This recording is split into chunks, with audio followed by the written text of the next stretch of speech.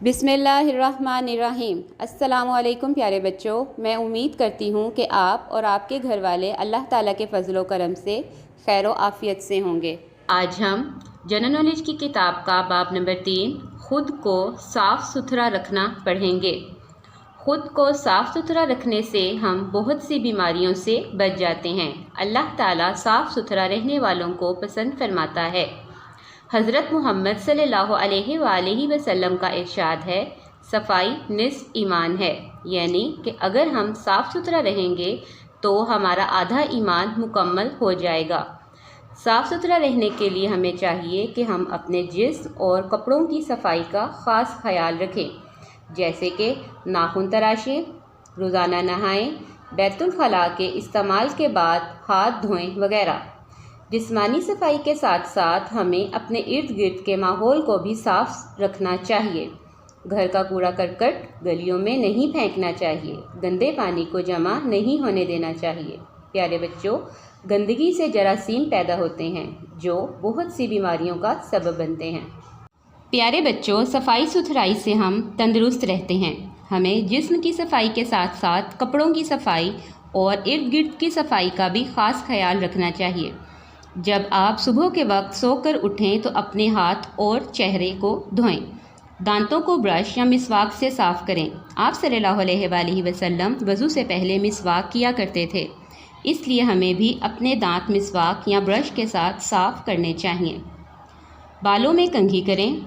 दिन की औकात में इस बात का ख़ास ख्याल रखें कि आपके नाखून तराशे हुए हों, क्योंकि गंदे नाखूनों में जरासीम पैदा होते हैं जो कि बीमारियों का सबब बनते हैं। खाना खाने से पहले हाथ धोएं और खाना खाने से पहले की दुआ पढ़ें। खाना खाने के बाद भी हाथ धोएं और खाना खाने के बाद की दुआ पढ़ें। रोज़ाना नहाएं और अगर कपड़े गंदे हो गए हों तो उन्हें बदल लें।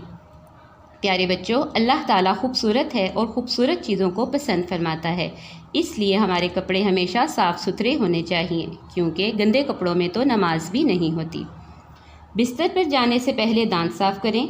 अपने हाथ और पाँव धोएं और आरामदेह कपड़े पहनें। हमारे प्यारे नबी हज़रत मोहम्मद सल्लल्लाहु अलैहि वसल्लम की भी ये सुन्नत है कि वो रात के वक्त कपड़े बदल कर सोते थे।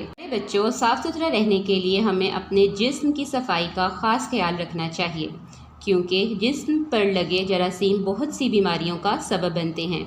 जिस्म की सफाई के लिए हमें हर रोज़ ताज़ा पानी से नहाना चाहिए। नहाने के बाद साफ़ सुथरा लिबास पहनना चाहिए।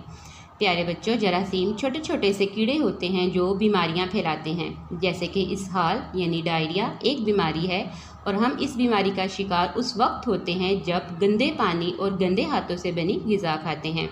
प्यारे बच्चों, जब कोई शख्स बीमार हो जाए तो उसके हाथों और जिस्म पर बीमारी के जरासीम मौजूद होते हैं। जब हम किसी ऐसे शख्स से मिलें जो बीमार हो तो उसके जरासीम हमारे अंदर भी मुंतकिल हो जाते हैं। प्यारे बच्चों, खांसते और छींकते वक्त अपने मुंह को ढांप कर रखें ताकि आपके जरासीम किसी भी दूसरे शख्स को मुंतकिल ना हो।